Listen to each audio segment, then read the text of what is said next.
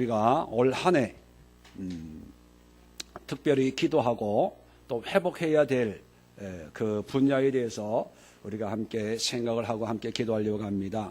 오늘 우리가 함께 교독한 말씀을 가지고 거룩한 가정의 회복이라고 하는 제목으로 은혜를 나누고 기도하려고 합니다. 여러분, 우리가 신앙생활을 하고 있습니다. 그런데 누가 만약에 이런 질문을 한다면 여러분들은 어떤 대답을 하시겠습니까? 뭐냐면 가정이 중요합니까? 아니면 교회가 중요합니까? 가정의 일이 중요하고 우선해야 됩니까? 교회 일이 중요하고 교회 일이 우선해야 됩니까? 가정, 그러면 교회는요? 교회 일은 하나님의 일을 먼저 해야죠. 교회 일을 먼저 해야죠. 자, 집에 불타고 있고 교회가 불타고 있습니다. 자, 어디에 불을 먼저 꺼야 됩니까? 하나님의 집은 어떡하고? 교회는 어떡하고? 거룩한 성전이 불타는데 여러분, 집에 불은 다 타도 하나님이 축복하시면 하나님이 세워주시잖아요. 불이 타고 또 묻겠습니다. 집이 불타고 있습니다. 바꿔가지고 사무실이 불타고 있어요. 가게가 불타고 있습니다. 그런데 교회가 불타고 있어요. 자, 어디로 가서 불을 꺼야 됩니까? 끝까지 사무실입니까? 그러면 교회는 뭐예요? 목회자들에게도 이런 문제가 참 그 딜레마입니다. 가정을 우선시해야 되냐? 아니면은 하나님이 부르신 목회, 교회를 중요하게 여겨야 되냐?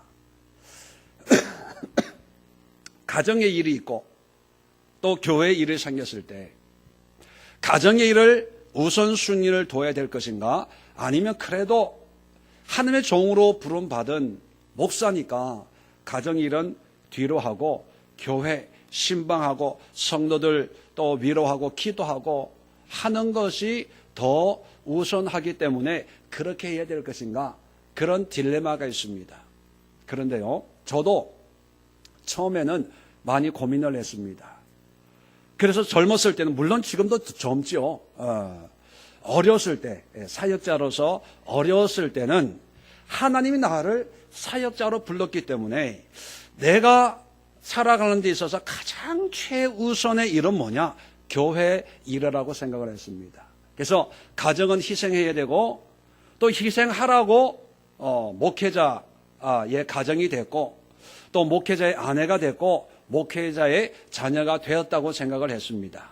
그래서 새벽에도 무슨 일이 있으면 교회로 뛰어갔고 아이들이 아파가지고 막 감기 콜록콜록 해도요 신방은 해야 되고 구역 예배는 드려야 되고 제가 미국에서 사역을 할 때는 구역 예배가 밤에 있어요. 낮에는 다 일을 하고 집에 노는 사람이 없습니다.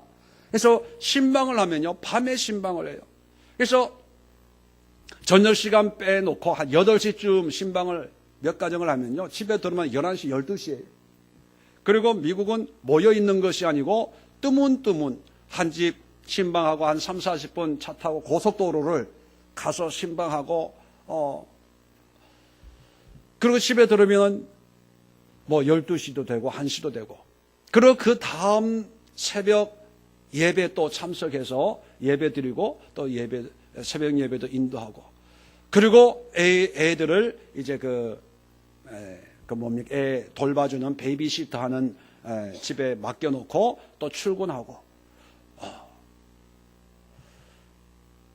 그런데 이제 사역을 해보면서 말씀을 보면서 깨닫는 게 뭐냐면 가정이 중요하냐 교회가 중요하냐 뭐가 중요하냐 물어본다면 이제는 뭐라고 대답할 것 같습니까?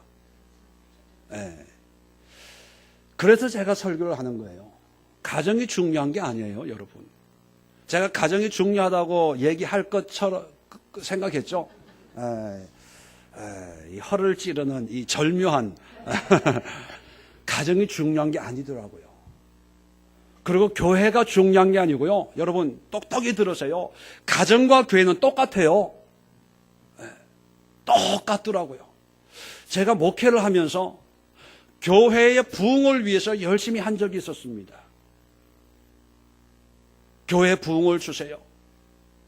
교회를 세워주시고 교회를 축복해 주시고 교회를 은혜가 넘치게 해주세요. 그런 적이 있었어요.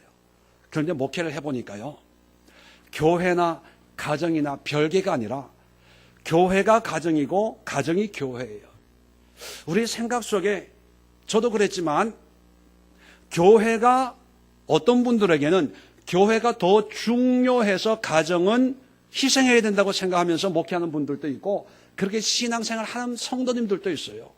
가정에는 핍박이 있고 어려움이 있어도 그 핍박을 뚫고 교회 가서 예배 드려야 되고 기도해야 되고 그리고 그 서러움에 예배 드리면서 펑펑 울어요.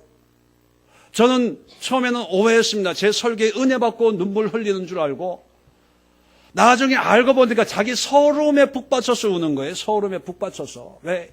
핍박과 손가락질과 질시와 그런 고난 속에 이런 신앙생활 하는데 하나님 왜 날 안 도와줘요? 하나님 왜 내 기도 응답 안 해줘요? 그냥 자기 서러움에 교회만 들으면 우는 거예요.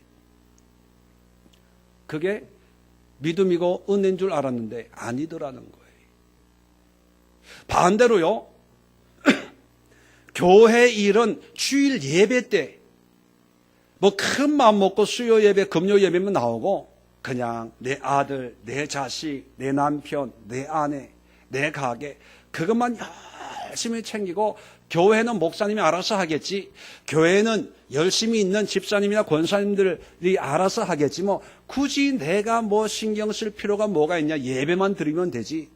그러면서 마치 자기 가정을 열심히 보살피고 생활하는 것이 그것이 믿음이고 그것이 은혜라고 생각하는 분들도 있습니다. 자, 오늘요 2015년을 시작하면서 우리가 거룩한 가정을 성경적인 가정을 회복해야 되고 또 성경에서 우리의 가정을 뭐라고 얘기하고 있는지 그 말씀의 배경을 분명히 알고 우리가 신앙생활을 해야 됩니다. 옛날에는 이런 걸 안 가르쳤어요. 솔직하게 얘기하면요. 옛날에는요. 가정보다 교회의 일이 더 중요하다고 가르쳤습니다. 무슨 일이 있어도 불이 나면 교회 와서 불을 꺼야 되고 교회 무슨 일이 있어도 모든 걸 희생하고 교회 일을 먼저 해야 그래야 장로가 되고요. 그래야 권사가 되고요. 그래야 안수 집사가 되고요. 그래야 열심히 있는 기동 같은 집사라는 칭찬을 받았습니다. 그런데 오늘 가정이 어떤 의미인가 오늘 본문을 통해서 생각을 해보려고 합니다. 자, 시간이 많지 않기 때문에 이 에베소서를요 집에 가서 한 주간의 시간을 드릴 테니까 뭐 길지도 않습니다. 1장부터 6장까지 있는데 한 두세 번 한번 쭉 한번 읽어보세요. 그냥 의미 생각하지 말고 이해되는 건 이해되고 안 되는 건 안 되는 대로 놔두고 한 두세 번을 쭉쭉 1장부터 6장까지 한번 읽어보세요. 자, 읽어보시면 에베소서의 가장 주된 의미가 뭐냐면 교회에 가는 것입니다. 교회. 그래서 에베소 이 서는 교회론이다. 교회가 무언가, 교회의 의미가 무언가를 알기 위해서는 에베소서를 읽어보면 그 의미가 확 닿습니다. 특별히 4장을 읽어보면 뭐 시간이 없어서 다는 안 읽겠지만 4절에 보면 4장 4절에 보면 몸이 하나요 성령도 한 분이시니 이와 같은 너희가 부르심의 한 소망 안에 부르심을 받았다. 성령 안에 부르심을 받은 사람 에클레시아라는 거예요. 불러냄을 받았다. 그 다음에 11절에 보면 그가 하나님 예수님을 얘기하는 거죠. 어떤 사람은 사도로, 어떤 사람은 선지자로, 어떤 사람은 복음 전환자로, 어떤 사람은 목사와 교사로 삼았으니 이는 성도를 온전하게 하며 봉사일을 하게 하며 그리스도의 몸을 세우려 하는 것이라. 그리스도의 몸이 뭡니까? 바로 교회지요. 교회를 세우기 위해서 이런 직분자들이 있다는 거예요. 이제 한 달 동안 우리 3부 예배를 통해 직분에 관해서 설교를 하려고 합니다. 왜? 올해 우리가 임직을 해야 되니까. 직분자의 의미가 뭐냐 하는 것을 알기 위해서는 교회를 알아야 되고, 직분이라고 하는 것은요, 신앙의 척도가 아닙니다. 10년, 20년 한 교회 섬겼으니까 권사 줘야 되는 거 아니냐? 장로 세워줘야 되는 거 아니냐? 봉사를 많이 했으니까 안수집을 세워야 되는 거 아니냐? 그런 게 아니에요, 여러분. 오해하지 마세요. 교회를 세우기 위한 거예요. 다시 말하면 봉사, 오늘 성경에도 나와 있지만 12절에 성도를 온전하게 하며 봉사 일을 하기 위해서예요. 봉사 안 할 것 같으면요, 직분 필요 없어요. 봉사도 안 하는데, 그리고 성도를 온전하게 세우는 것, 신방하고 성도를 위해 기도하고 또 성도를 위로하고 이러는 거 안 하는 사람이 직분을 다 가지고 있어요. 오늘날 교회를 보면. 혼자만 신앙생활 왔다 갔다 하는 사람은 직분이 필요 없어요. 안 줘야 되는데 다 줘요. 왜요? 안 주면 시험 드니까. 다 줘요. 이것부터 단추가 잘못, 남들 다 직분 받는데 나를 뺐어. 그러면요, 나의 떠남을 아무에게도 알리지 마라. 그래, 요즘에. 그래서 눈치껏 주는 게 눈치껏. 자, 교회에 대해서 얘기합니다. 그래서 5장을 얘기하고 이제 6장에 마치는데요. 자, 여러분, 우리가 성경을 읽을 때 이런 질문을 하나님 앞에 성령님께 하는 그런 훈련을 해야 됩니다. 성경 읽으면서 질문이 생기면 그건 나쁜 거고, 성경 읽을 땐 항상 아멘 하면서 읽어야 된다. 그게 믿음의 어떤 고백일 수 있지만, 우리가 하나님의 뜻을, 하나님의 의도를 더 깊이 이해하기 위해서는 왜 이런 말씀을 여기에 썼을까? 어떤 거룩한 은혜의 질문을 할 필요가 있는데, 자, 1장, 2장, 3장, 4장, 5장 계속 교회에 대해서 얘기하다가, 자, 22절에 보면요, 아내들이여, 또 25절에 남편들아, 그리고 6장 1절에 보면 자녀들아, 그리고 6장 5절에 보면 종들아, 그리고 6장 9절에 보면 상전들아, 이렇게 얘기합니다. 이런 말이 나와요. 다시 말하면 교회를 얘기하다가 왜 남편과 아내, 자녀들, 가정을 얘기하고, 그리고 상전, 종들이라고 하는 것은 한 가정의 멤버들이 직장, 요즘식으로 얘기하면 직장 생활하면 직원, 당시에 2000년 전에 종의 어떤 모습이고, 또 가정의 남편이 직장에 가면 사장이면 상전이 되는 거죠. 다시 말하면 남편과 아내, 자녀, 종, 상전, 이런 유형의 사람들에게 얘기하는 것이 아니고 한 가정의 멤버를 이루고 있는 가족들에 대한 말씀으로 5장을 그리고 6장 초반을 열어갑니다. 그러다가 10절에 너희가 주 안에서와 그의 힘의 능력으로 강건하여지고 전신갑들을 입어라. 18절에 모든 기도와 간구를 해라. 그리고 19절은 나를 위해서도 이렇게 기도해라 하면서 끝납니다. 21절, 22절, 23절, 24절 마지막 작별 인사하는 걸로 끝을 맺어요. 자, 그러면요, 우리가 정리를 하면 교회로 시작해서 뭐로 마칩니까? 가정으로 마쳐요. 그게 끝이에요. 네. 왜 그럴까? 그 의미가 있다는 거예요. 자, 오늘 본문을 봅니다. 오늘 본문을 세 부분으로 나눕니다. 세 부분을 이해를 쉽게 하기 위해서 성경 옆에다가 표시를 해놓으세요. 22절부터 24절까지를 1번 그렇게 써놓으세요. 꼭 뭐 대학 입시 학원 같죠? 예. 자, 25절부터 27절까지를 묶어가지고 2번 그렇게 써놓으시고, 그 다음에 마지막 28절부터 33절까지를 묶어가지고 3번 그렇게 써놓으십시오. 자, 1번의 내용은요, 가정의 질서를 얘기합니다. 가정의 질서. 2번은 뭐냐면 가정의 의미입니다. 3번은 뭐냐? 가정의 가치를 얘기합니다. 이렇게 해놓고 제가 간단하게 설명을 드리려고 합니다. 자, 오늘 본문으로 다시 돌아갑니다. 22절에 보면 아내들이여 자기 남편에게 복종하기를 주께 하듯 하라. 이는 남편이 아내의 머리됨이니 그리스도께서 교회의 머리됨과 같음이니 그가 바로 몸의 구주시니라. 그러므로 교회가 그리스도에게 하듯 아내들도 범사에 자기 남편에게 복종할지니라. 자, 보세요. 지금까지 1장부터 5장 21절까지 사도 바울은 에베소 교회 뭐에 관해서 얘기했다고요? 교회. 그죠? 교회를 이야기를 했습니다. 교회라는 것은 그리스도와 뗄 수 없는 그런 관계 아닙니까? 예수 그리스도의 부활로 말미암아, 예수 그리스도의 십자가로 말미암아 생겨난 것이 교회예요. 다시 말하면 예수님이 교회고 교회가 예수님이고 예수님이 만드신 것이 교회고, 그래서 교회는 예수님을 예배하고 섬기는 것입니다. 그래서 바울의 이런 설명을 통해 교회가 뭔가를 알아요. 그리고 교회와 예수 그리스도의 관계가 어떠해야 되는가를 다 압니다. 자, 그래서 아내와 남편을 얘기합니다. 가정을 얘기해요. 자, 첫 번째가 뭐냐면 아내는 남편에게 복종하라는 것입니다.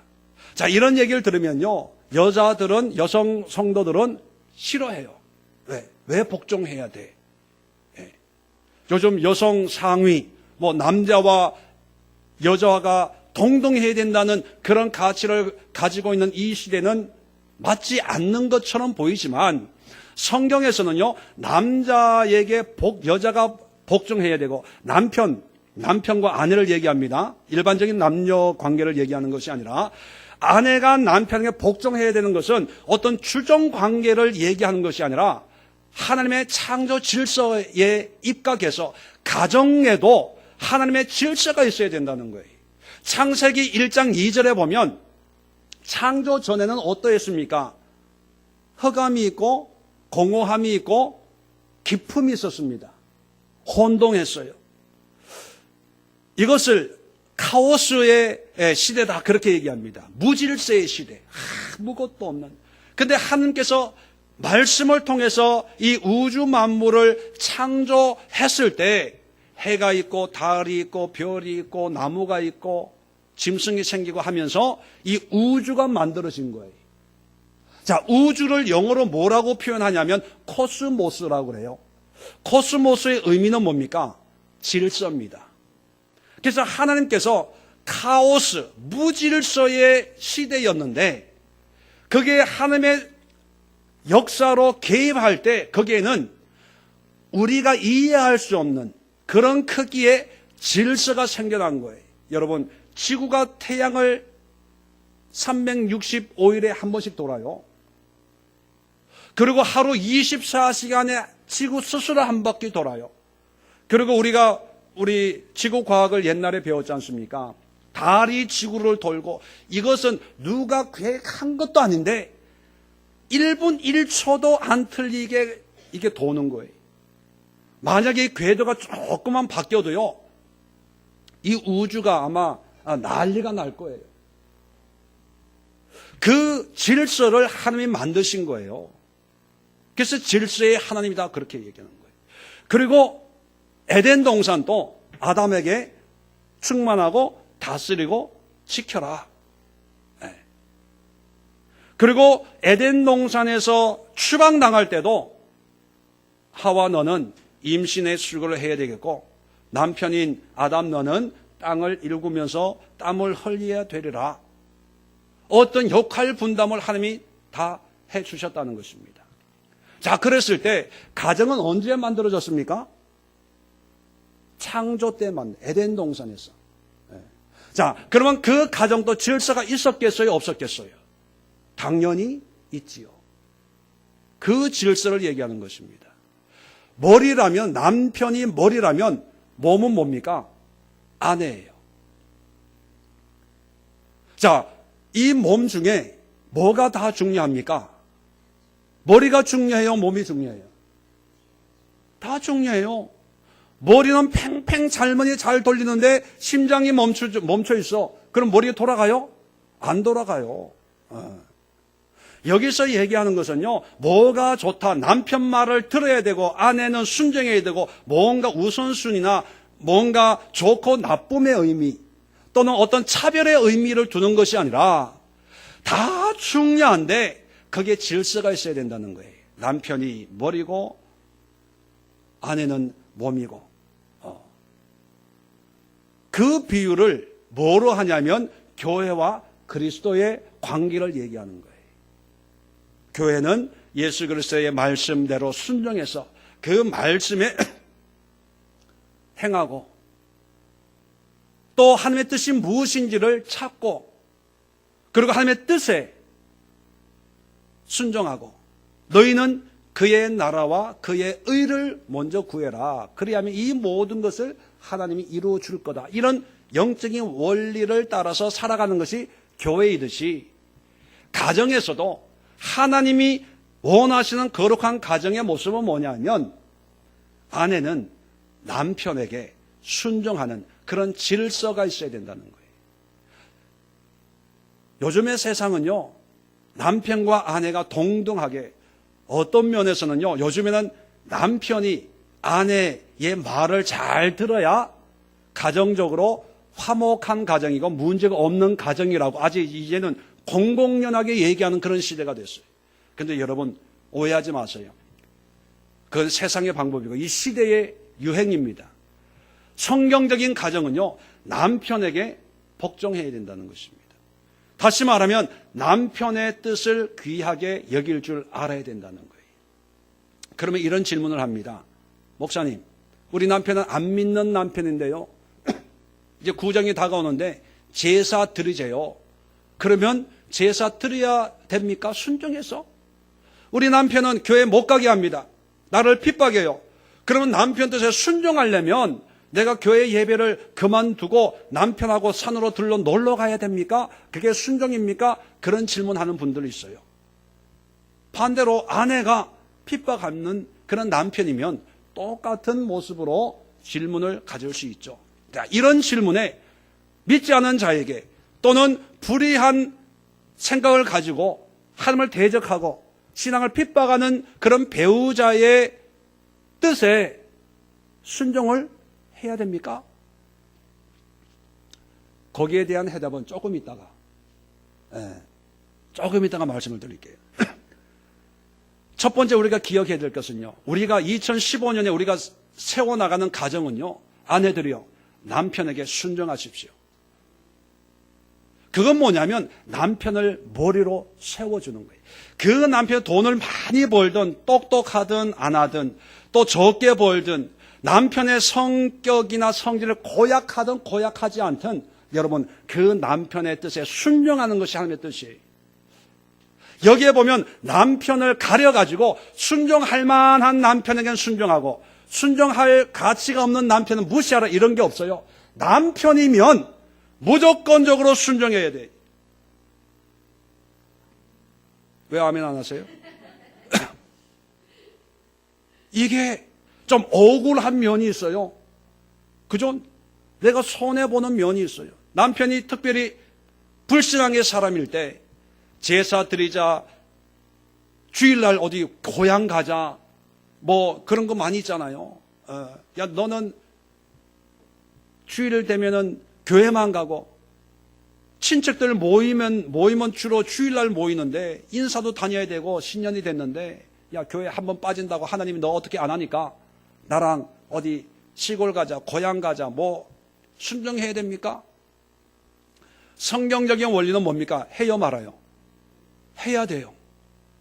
그러면 신앙생활은요, 여기에 대해서는 조금 있다가 설명을 드릴게요. 두 번째는요, 두 번째는 가정의 의미라 그랬습니다. 25절에 남편들아 이제 아내 사랑하기를 그리스도께서 교회를 사랑하시고 그 교회를 위하여 자신을 주심같이 하라. 자, 23절에도 남편과 아내 관계를 그리스도와 교회의 관계로 얘기하지 않습니까? 자, 25절에도 남편이 아내를 사랑하기를 그리스도께서 교회를 사랑하시는 것과 같이 한다. 남편과 아내의 관계를 계속해서 무슨 관계로 얘기합니까? 그리스도와 교회의 관계로 얘기하고 있다는 거예요. 자, 그러면 바울은 교회가 가정보다 더 중요하다고 여기고 있습니까? 아니면 가정이 교회보다 더 중요하다고 여기고 있습니까? 똑같이 여기는 거예요. 교회, 지금까지 1장, 2장, 3장, 4장, 5장까지 교회를 설명을 했어요. 이 교회가 이렇게 거룩하고 이렇게 아름답고 이렇게 의미 있는 것이 교회다. 그러니까 우리는 이런 교회를 세워야 된다. 5장에 걸쳐서 교회를 소개했습니다. 자, 그러면 일반적으로 우리의 일반적인 생각을 보면, 자, 이런 교회를 세우기 위해서는 너희들의 가정을 희생해서라도 이런 교회를 세워야 되지 않겠니? 이렇게 얘기해야 될 거 아닙니까? 그런데 부부 관계를 얘기하고 있습니다. 가정을 얘기하고 있어요. 그런데 그 부부, 아내와 남편의 관계를 그렇게 열심히 이야기했던 교회와 그리스도의 관계로 비유하고 있다는 거예요. 그러면 교회가 중요한 것처럼 뭐도 중요해요? 가정도 중요하다는 거예요. 그런데 사람들은 이걸 얘기 안 해요. 가정보다는 교회가 중요하고, 가정에서 설거지하지 말고 시간 되면 딱 예배 시간 10분 전에 30분 전에 교회 와가지고 딱 예배 준비해야지. 왜 교회 예배 시간 늦고 말이야. 집사가 그래도 돼, 권세가 그래도 돼, 장로가 됐으면 말이야 뭐 그래요. 아니에요. 여러분, 현혹되지 마세요. 교회가 중요해요. 무가치하다는 거 아닙니다. 그런데 교회가 중요한 만큼 뭐도 중요하다. 가정도 중요하다는 거예요. 뭐가 우선하고 뭐가 우선하지 않고, 뭐가 소중하고 뭐가 덜 소중한, 아니에요. 교회가 중요한 만큼 가정도 중요한 거예요. 자, 그런데 예수님께서 교회를 어떻게 사랑하셨습니까? 오늘 성경에 보면 자신을 주심같이 사랑했다고 기록하고 있어요. 그러니까 남편이 아내를 사랑하는데 어떻게 사랑해야 돼요? 어느 정도까지 사랑해야 돼요? 자기를 주심같이 사랑해야 된다는 거예요. 가정의 의미입니다. 가정의 의미예요. 남편은요, 아내를 위해서 목숨까지 바칠 각오가 있어야 됩니다. 그러면 아내가 죽으려면 죽어야 되냐? 죽어야 돼요, 말아야 돼요? 죽으면 안 돼요. 죽는다는 의미가 뭐냐면, 자 보세요. 이는 26절에 이는 이유나 어떤 근거를 얘기하는 거예요. 예수님이 교회를 어떻게 했냐, 그걸 얘기하는 거. 그것처럼 하라는 거죠. 자, 뭐냐? 물로 씻어 말씀으로 깨끗하게 하사 거룩하게 하시고, 뭐를 거룩하게 하고요? 교회를 예수님이 거룩하게 하고, 자기 앞에 영광스러운 교회로 세우사 티나 주름 잡힌 것이나 이런 것이 없이 거룩하고 흠이 없게 하려 하심이라. 뭡니까? 예수님이 교회를 자기 자신을 주심같이 사랑했는데, 그 사랑은 다 남편들이여 십자가를 치고 십자가에 죽어라, 그런 의미가 아니고, 자기를 줬다는 것은요, 이 예수님이 이 교회를 물로 씻고 성령으로 새롭게, 말씀으로 새롭게 거룩하게 하고, 그리고 티나 주름 잡힌 것이 없이 흠이 없는 그런 모습으로 하나님 앞에 세운 것처럼 너희도 아내를 그렇게 사랑하라는 거예요. 사랑의 방법입니다. 여러분, 남편이 아내를 사랑하는데, 아내들은 뭘 기대하냐면 월급 많이 받아오고, 좋은 선물 해주고, 뭐 옷 사주고, 화장품 사주고, 그리고 어디 데려가고, 만난 거 먹여주고, 외국 여행 다니고, 필요하다는 거 다 해주면 그게 사랑이고, 그리고 자기를 이뻐하고, 우리 와이프가 세상에 제일 이뻐요. 막 그래서 막 문자도 하트 뿅뿅뿅뿅 출근하자마자 보내고 퇴근하면서 뿅뿅뿅뿅 보내고 그게 사랑일까요?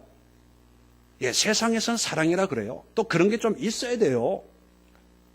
그런데 우리 그리스도인들은요, 가정에서는 그런 게 사랑이 아니라는, 그렇게 사랑하는 게 아니라는 거예요. 그렇게 사랑할 수 있는 환경과 형편이 되면 그렇게 사랑하는 것도 의미가 있어요. 나쁜 게 아닙니다. 그런데 예수님의 사랑은 뭐냐면 물로 씻어 말씀을 깨끗하게 하사 거룩하게 하고 영광스러운 교회로 세우사 티나 주름 잡힌 것이 없이 거룩하고 흠이 없게 하는 것이 예수님이 교회를 위해서 사랑하고 교회를 위해 자기 자신을 내어드린 거라는 거예요. 뭡니까? 말씀으로 아내를 양육하고 말씀으로 하나님의 뜻으로 아내를 거룩하게 만드는 게 그게 사랑이에요. 요즘에는요, 왜 이 훈련이 안 돼서 요즘 우리 한국교회나 이 시대가 어떻게 변질됐냐면요, 남편들은 치마자락 붙들고 교회 다녀요. 기도도 아내들이 더 많이 하고요, 은혜도 아내들이 더 사모하고요, 교회 숫자도 남자가 많아요, 아내들이 많아요, 여자들이 더 많아요. 이유는 있습니다. 남편들이 바빴어요. 왜 바쁜지 아세요? 교회에서 안 가르쳤어요. 남편은 출장 가서 돈 많이 벌어 11조만 많이 하고 감사한금 많이 하도록만 가르쳤는데 남편이 아내 사랑하는 방법을 안 가르쳤어요. 그러니까 남편들은 월급만, 연봉만 많이 받아주고 생일 선물에 다이아나 뭐 시계나 뭐 귀걸이, 목걸이나 해주면 그게 사랑하는 거고, 부부 동반으로 외국에 여행 다니면 그게 사랑이라고 생각하고 성공이라고 생각하니까 물불 안 가리고 밖으로 쏘다니는 거예요. 여러분, 남편들이요, 들으세요. 아내 사랑하는 성경적인 방법은 뭐냐면 돈 많이 벌어다 주는 게 아니라 말씀으로 아내를 거룩하게 만들어주는 거예요. 남편들 아멘 안 하시는 거 보세요. 예. 좀 거꾸로 돼서 남편들을 아내 보고요, 발로 차면서, 야, 금요일에 교회 안 가? 교회 가서 빨리 기도해. 새벽 기도 안 가? 새벽 기도. 요즘, 여보, 당신 요즘 기도 좀 안 하는 것 같아? 그래서 되겠어? 자기는 안 하면서. 예. 일반적으로 그래요. 아내의 기도를 먹고 사는 남편들이 얼마나 많은지 몰라요. 거꾸로 됐어요. 그러니까 가정이 회복이 안 되는 거예요. 하나님의 창조의 원리가 회복이 안 되는 거예요. 하나님은요, 남편을 가장으로 세웠어요. 그 가장의 기도, 구약에 보세요. 아내가 가장 노릇한 사람이 몇 사람이나 됩니까? 물론 한나 같은 여자들도 있습니다. 그런데 그것은요, 다니엘을 낳는 그 모습만 그렇지, 평소의 삶을 보면요, 남편의 지혜로운 삶의 가정의 운영이 있어요.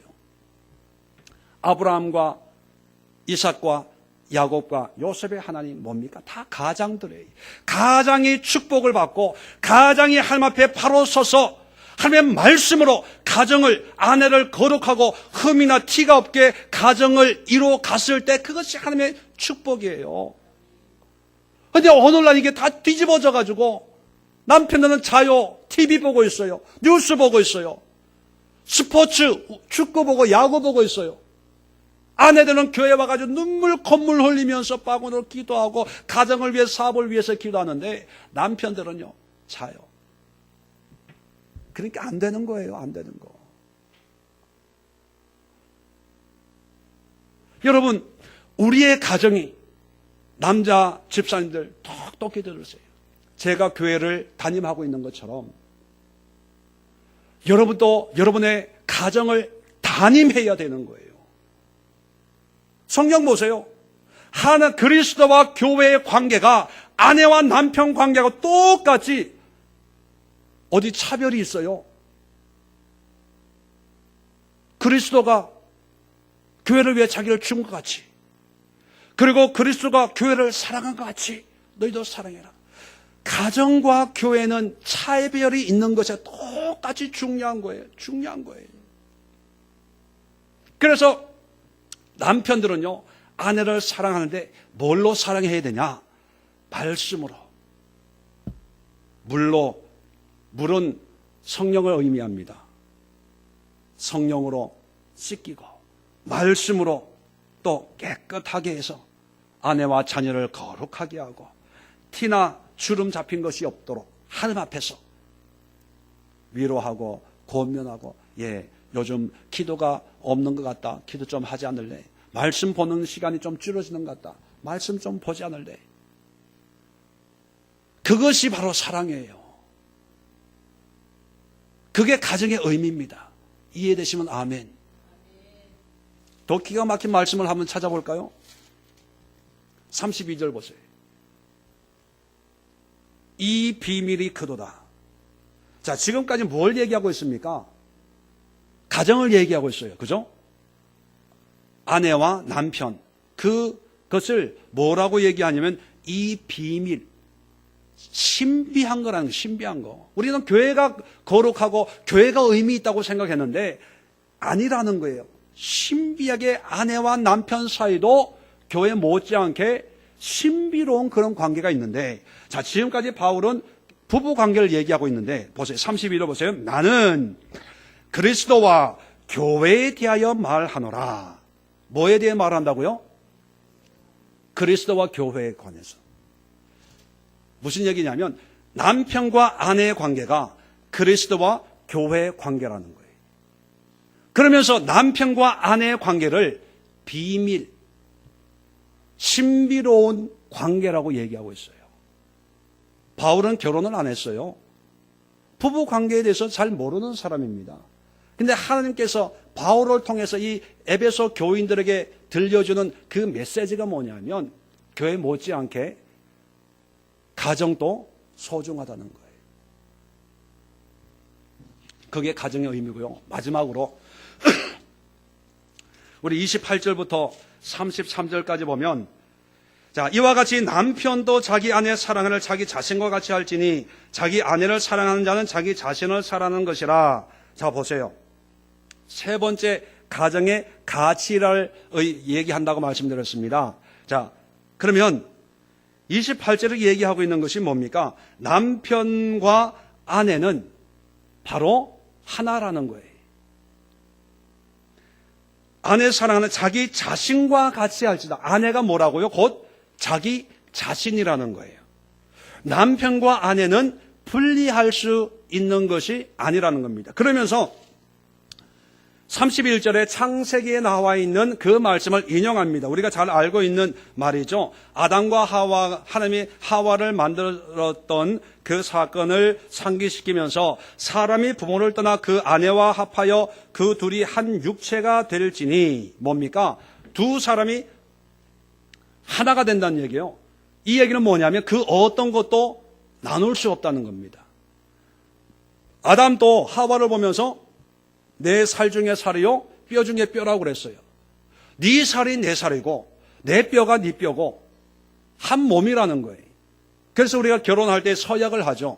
한 몸으로 서약을 하고 또 기도를 그렇게 하죠.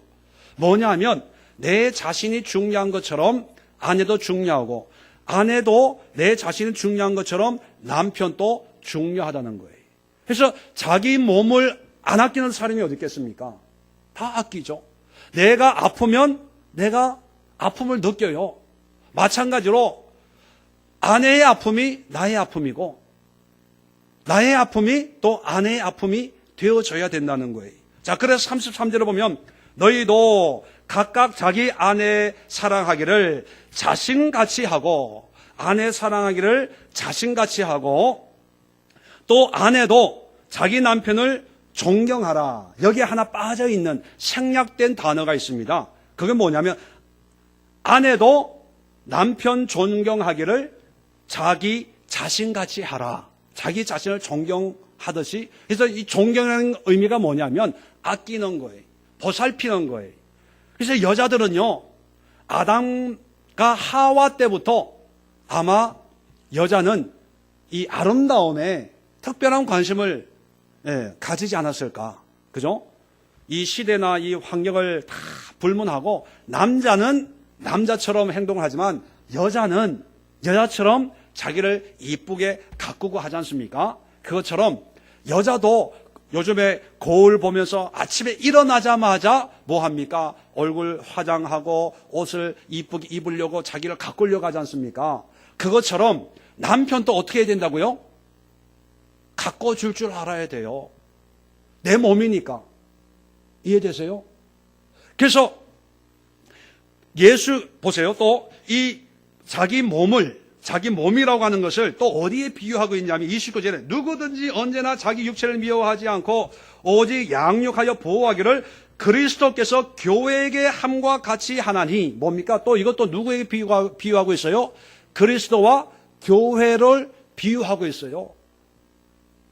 그러니까 예수님께서 교회를 돌보시고 교회는 예수님 앞에 영광을 돌리고 또 예수님의 영광을 위해서 교회는 거룩한 삶을 살려고 애쓰는 것처럼 아내와 남편의 관계가 그러해야 된다는 거예요. 그래서 남편은 아내를 보면서 나의 삶의 의미와 존재 가치를 볼 줄 알아야 됩니다. 아내도 마찬가지예요. 남편을 보면서 나의 모습을 거울 보고 내 얼굴 보고 느끼는 것이 아니라 남편을 보고 느낄 수 있어야 된다는 거예요.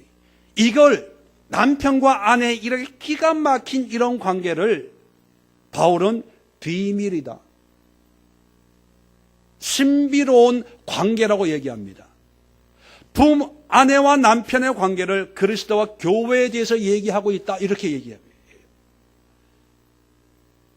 자, 이러면 또 여러분 마음속에 이런 질문이 생깁니다. 목사님, 말은 맞는데요, 우리 남편은요 절대로 존경할 만한, 사랑할 만한 구석이 하나도 없는 사람이, 술만 먹고 두드러기 패고요, 밖에만 나가면 사고치고요, 내가 지금 평생 남편 사고친 거 뒷바라지 하다가 이 나이까지 됐는데 남편만 보면 속에서 이런 게 올라와요. 그래도 사랑해야 돼요? 나는 못해요. 나는 안 돼요. 그런 분들 있어요. 거기에 대한 해답은 조금 있다가 여기까지 요약을 하면요, 여러분 지금까지 여러분의 가정, 또 여러분의 남편, 여러분의 아내, 또 여러분이 생겼던 가정 모든 걸 다 내려놓고 세 가지만 기억하세요. 가정, 특별히 아내와 남편 사이는 하나님과 예수님과 교회 사이와 똑같다. 내가 교회를 열심히 섬기는 만큼 내 아내와 내 남편도 내가 섬겨야 된다는 거예요. 교회가 하나님의 뜻에 순종하는 것처럼 아내는 남편에게 순종해야 된다는 것입니다. 예수님이 교회를 위해서 자기 몸을 들여서 말씀을 선포하고 그 교회가 흠없고 거룩한 모습으로 하나님 앞에 설 수 있도록 십자가의 그 고통도 기쁨으로 감사함으로 감내한 것처럼 남편들도 아내를 거룩하고 티없고 흠없는 그리스도인 하나님의 딸로 세우는 책임과 사명, 역사적인 사명을 가지고 이 땅에 태어났다는 사실을 여러분 잊어서는 안 돼요.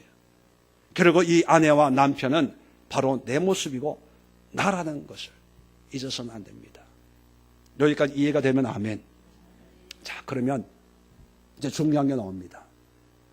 지금까지 했는데 안 되는 분들이 있어요. 그리고 지금 또 그 인간하고 살면서 자식 때문에 살고 있지, 내가 믿음만 아니면은 그냥 이 정도 외모에 이 정도 몸매에 노인대학만 가도 그냥 할아버지들 줄줄 따라오는데 내가 이 인간 이거 내가 살아준다, 살아줘, 고맙게 생각해라 이 인간아, 대놓고는 얘기 못하고 속으로 그런 분들이 있어요. 목사님, 말씀은 그렇게 됐는데요, 내 남편하고 한번 살아보세요. 그런 얘기가 나오나? 저도 할 만큼 했습니다. 안 돼요. 힘들어요.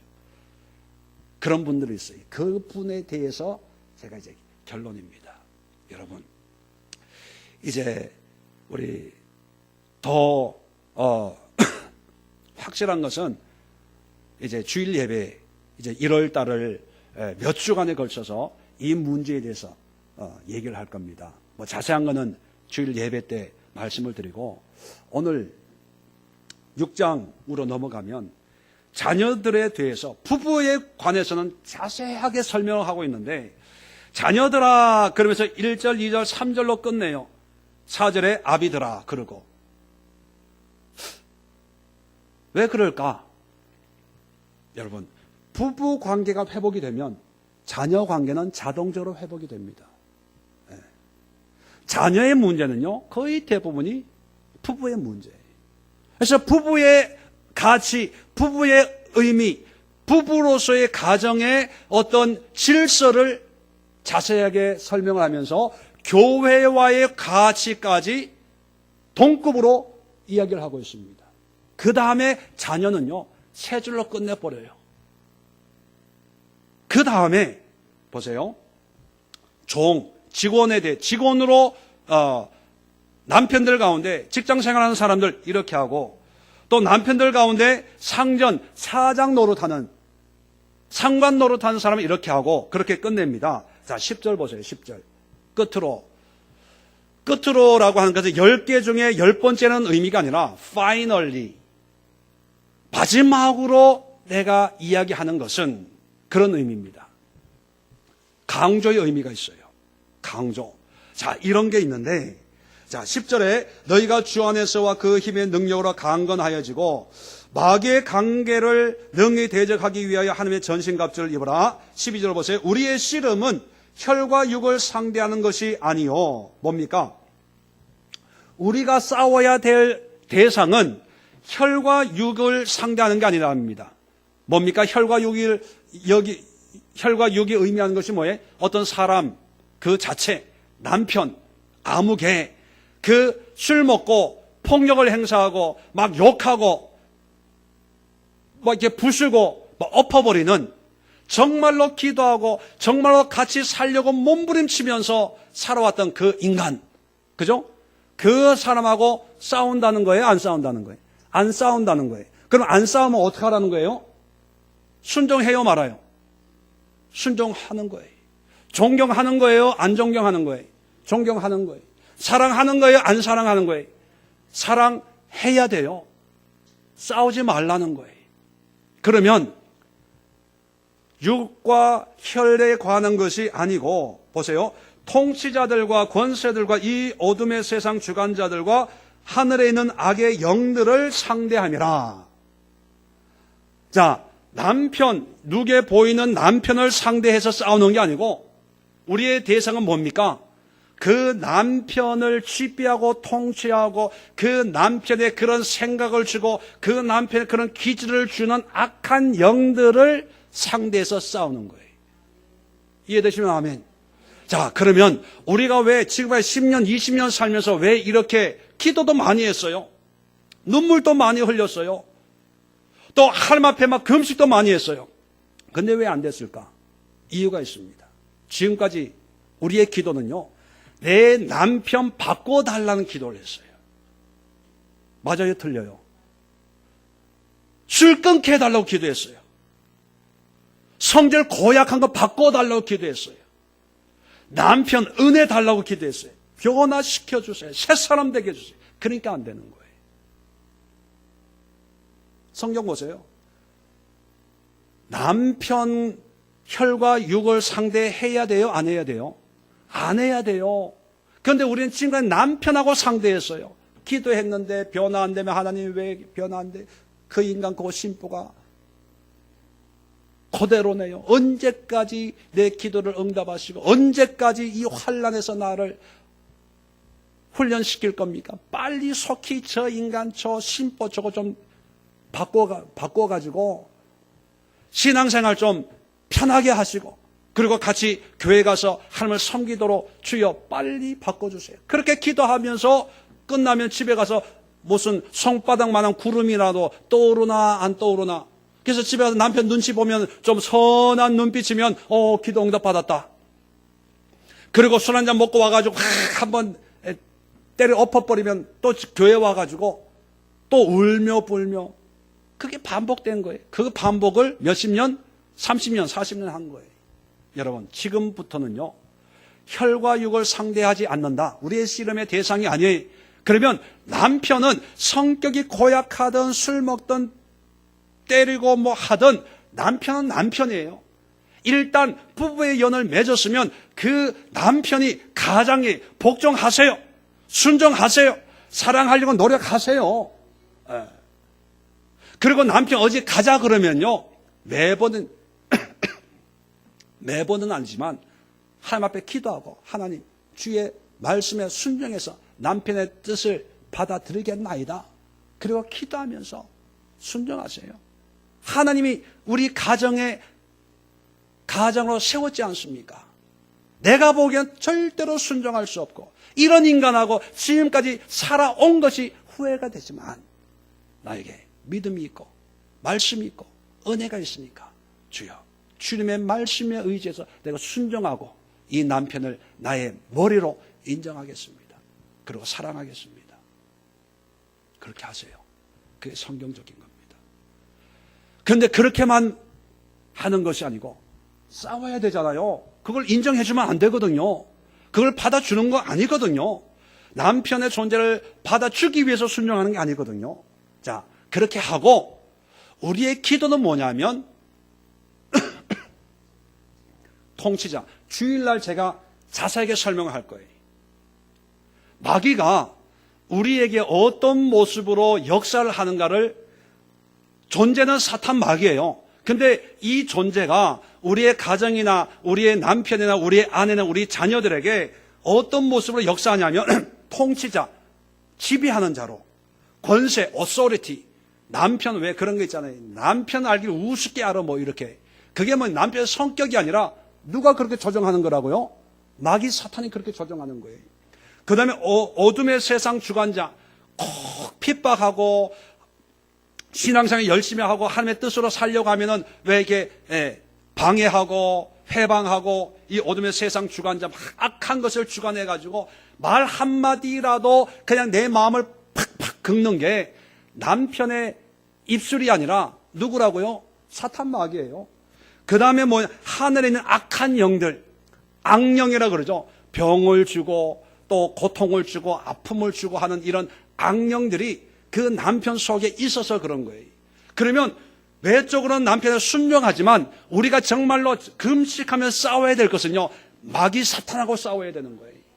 우리 남편을 지배하고 있는, 우리 남편의 생각 속에 들어있는 이 권세자들, 이 주권자들, 악한 영들아, 예수의 이름 명하니 썩 물러갈지어다.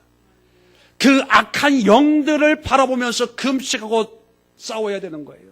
말씀 붙잡고 싸워야 되는 거예요. 영적인 것이 있는데 사람들은 영적인 것은요, 생각을 안 해요.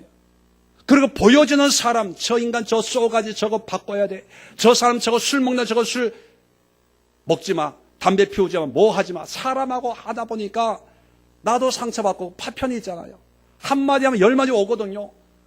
20마디 할 때 뭐가 날아와요? 오른손 왼손. 30마디 할 때 오른발 왼발. 그러다가 보니까 피투성이가 되어서 저 인간은 용납 못해, 인정 못해. 마음에 화가 쌓여가지고 부부에 관한 설교를 할 때는요, 듣지만 마음 문 다 닫아요. 왜? 들으면 또 내가 은혜 받으면 안 될 것 같으니까. 은혜 받으면 또 그 짓을 또 해야 되거든요. 해주고 빨래 해주고 밥 해주고 뭐 하다가 또 오른팔 왼팔, 오른팔 왼팔. 에? 너무 그래가지고 너무 상처가 있어서, 하나님, 그런 면에서는 내가 잠깐 마음 문을 닫겠나이다, 이해하옵소서. 은혜 안 받으려고 그래요. 그냥 때가 되면 데려가시고 나는 천국 가고. 권사님 맞아요, 틀려요? 그런데 이제 2015년에는 우리의 가정이 이제 바뀌어야 되는 거예요. 남편은 인정하세요. 지금까지 상처와 아픔과 실패가 뭐 몇 번 있었든지 간에 이제는 남편을요, 인정하세요. 그리고 이제 2015년 우리 40일 기도하지 않습니까? 그 40일 기도하면서, 아니 40일이 아니라 우리의 남은 생애까지 우리의 기도로 악한 것들이 묶음을 풀고 떠나갈 억지로 모든 통치하고 지배하고 우리 남편 속에, 우리 아내 속에, 우리 자녀 속에 그 악령들, 그리고 어둠의 세상 주관자들, 우리 자녀들의 남편의 마음을 꽉 붙잡고 악하게 하는 그 영들이 있는데 그걸 모르고 남편 탓만 해요. 하나님이 이 땅에 보내주실 때는요, 물론 우리가 죄를 가지고 태어났지만 하나님의 선하시고 온전한 뜻이 무엇인지 알 수 있는 그런 마음을 가지고 태어난 거예요. 근데 이 땅에 태어나자마자 이 세상 주관자들, 악한 영들에 사로잡혀가지고, 그리고 우상의 영과 음란의 영과 타락의 영과 교만의 영에 사로잡혀가지고, 술 취함과 방탕의 영에 사로잡혀가지고, 물욕에 물든 그런 이 세상의 영에 사로잡혀서 어떻게 보면 우리 남편들도요, 아내들도요, 희생자예요. 누구의 희생자? 마귀 사탄들의 희생자예요. 저도 그랬어요. 저도 가정에 대해서 얘기할 자격이 없는 사람이. 몰랐을 때는요, 사람을 하고 핑계를 다 거기 됐어요. 내가 그렇게 힘든 것도, 내가 그렇게 사이가 안 되는 것도 아내의 문제다. 누구의 문제다. 뭐 때문에 저것만 바뀌어지면은, 나를 좀 도와만 주면은, 그랬어요. 그래서 탓하고 원망하고 울기도 울고요. 그런데 깨달아 보니까 아니더라는 거예요. 헛다리 짚고 살았어요. 헛다리 짚고. 저도 무수한 날을 기대서 언제 바꿔주실래요? 언제 깨닫게 해주실래요? 하나님. 목회는 해야 되는데 바꿔주세요. 바꿔주세요. 어떤 날 기도하면요, 하나님의 어떤 확신이 있어요. 이제 하나님이 역사하시는구나. 근데 환경을 보면 여전히 변화가 없는 거예요. 마음문이 닫히기 시작하는 거예요. 성령님이 포기한 사람이 아닐까? 하나님도 계획이 없던 사람이 아닐까? 그런 생각을 했어요. 어느 날 조금 달라지는 그런 모습이 보이면 하나님이 내 기도 응답하신 것 같다가, 또 그렇지 않으면 내 십자가인가 보다, 고난인가 보다. 그러니까 말이 아닌 거예요. 사는 게 아니고. 그런데 말씀을 깨달으면서 보니까 이게 이 세상 권세로 이 세상을 지배하고 나를 지배하려고 하고 우리의 마음과 생각을 붙들고 있는 이 악한 것들이 그 마음을 붙들고 있는데, 붙들고 있는 놈은 가만 놔두고 붙들려 있는 사람하고 씨름한들 변화가 됩니까? 안 되더라는 거예요. 여러분 보세요. 우리 교회, 우리 작년 2014년을 마감하면서 한 해 은혜 받은 걸 쭉 얘기하면서 어떤 가정은요, 본인이 본인 변화된 걸 얘기하려니까, 본인이 본인 변화된 걸 얘기하면은 이게 증명해 줄 사람이 없으니까 우리가 어떻게 했어요? 같이 사는 남편의 아내가, 배우자가 얼마나 변화됐는가 얘기 한번 해봐라. 그랬잖아요. 한 가정이 그런 얘기를 해요. 아내가 얼마나 변화됐냐를 남편에게 물어보니까 2014년에 자기 아내가 변화된 게 책으로 몇 권 써도 몇 권을 쓸 만큼 변화됐다는 거예요. 우리 다 그런 얘기 나눴지 않습니까? 은혜 받고 이제야 신앙이 뭔가를 알고, 이제야 기도가 뭔가를 알고, 그런 얘기했어요. 그런데 여러분, 우리 2014년 우리가 예배하고 기도하고 한 건 뭐예요? 다 경고한 지들 얘기하고, 악한 사단마귀, 원수마귀 떠나가라, 축사하고 회개하고, 그거밖에 더 했어요. 지금까지는 문제 가지고 씨름을 했어요. 사업을 위해서 사업 잘 되게 해달라고, 또 인생의 진로를 위해서 좋은 대학 가고 좋은 직장 가지게 해달라고, 그거 환경 가지고 씨름했어요.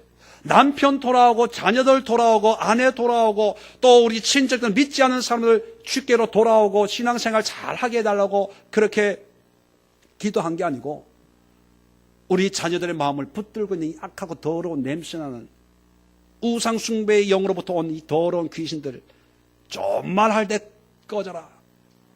떠나가라.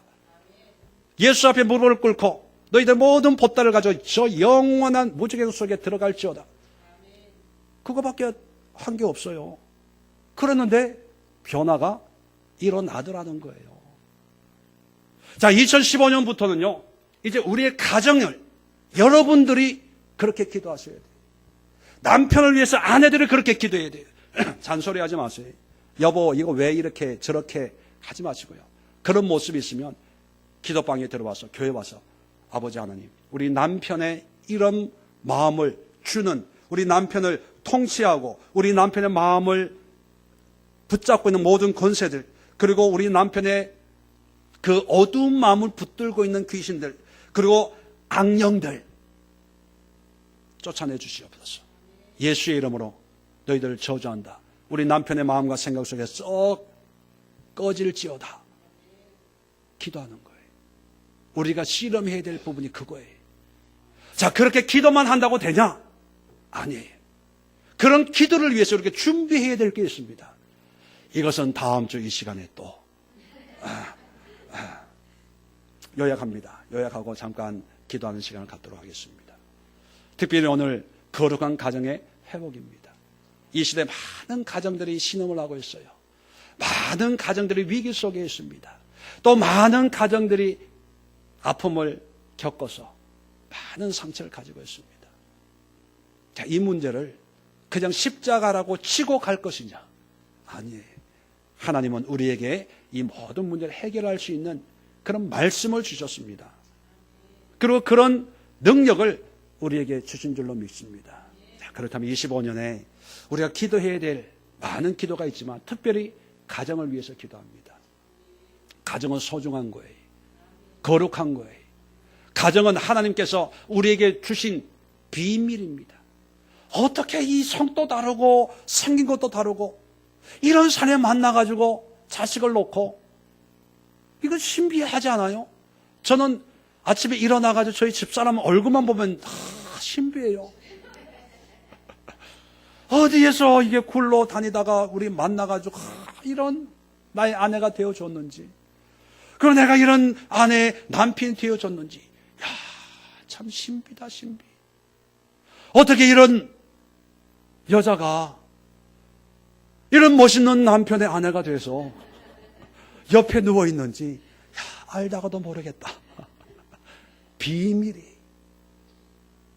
여러분, 가정은 비밀로 가득해요. 이 교회도 비밀이지요. 구원의 비밀, 그 누구도 알 수 없는 이 비밀인데 그게 못지않다는 거예요. 소중해요.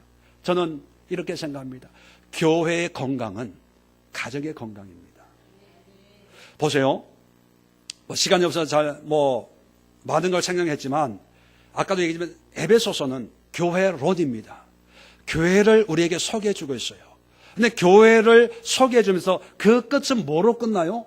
가정으로 끝나요. 왜? 교회의 건강은 가정의 건강과 연결이 되는 거예요. 왜 한국교회가 이렇게 힘든지 아세요? 왜 한국교회가, 교회는 크고 십자가는 빨간 불은 많은데 왜 사회가 변화되지 않고 우리의 가정이 변화되지 않고 왜 한 사람 한 사람이 변화되지 않는지 아세요? 교회는 커졌는데 가정은 다 병들었어요. 목회자의 가정까지 병들었어요. 제가 참 가슴 아팠던 게요. 제가 미국에서 참 전도돼서 신앙생활 했던 교회 목사님이 계십니다. 지금도 사역을 하고 계시는데 큰 교회로 성공적인 목회를 하고 계십니다. 그런데요, 첫째 딸이 정신 이상자예요. 아들과 딸이 그 밑에 있는데 말썽꾸러기였어요. 제가 있을 때도요, 이 아들과 하도 사고를 쳐 미국에서 깽단에 들어가가지고 하도 사고를 쳐가지고 담임 목사님이 미안해서 사표를 낼 정도였어요. 사표를 낼 정도로. 자, 그랬을 때 저는요, 무슨 생각했냐면, 야, 우리 목사님이 그때 가정을 안 돌보고 교회를 섬기느라고 저렇게 애를 썼구나. 저게 주의 종이 가야 될 길이라면. 그래서 그게 흠이 아니라 어떤 가정의 하나의 희생, 아름다운 그런 모습으로 받아들였어요. 근데 지금은요, 감히 교회적인 것은 모르지만 하나님 앞에 신앙적인 것은 지금 어떻게 되는지 몰라요. 뭐 그분들이 다 회복이 됐는지 모르지만 잘못하셨다. 눈에 보이는 교회를 위해서 보이지 않는 영적인 비밀로 준 그 가정을 짓밟아버린, 어떻게 보면 세상적으로는 존경받고 전 세계를 다니고 집회를 하고 하지만 하나님 앞에서 어떤 판단을 받을지는 모르겠지만 제가 느끼는 건요,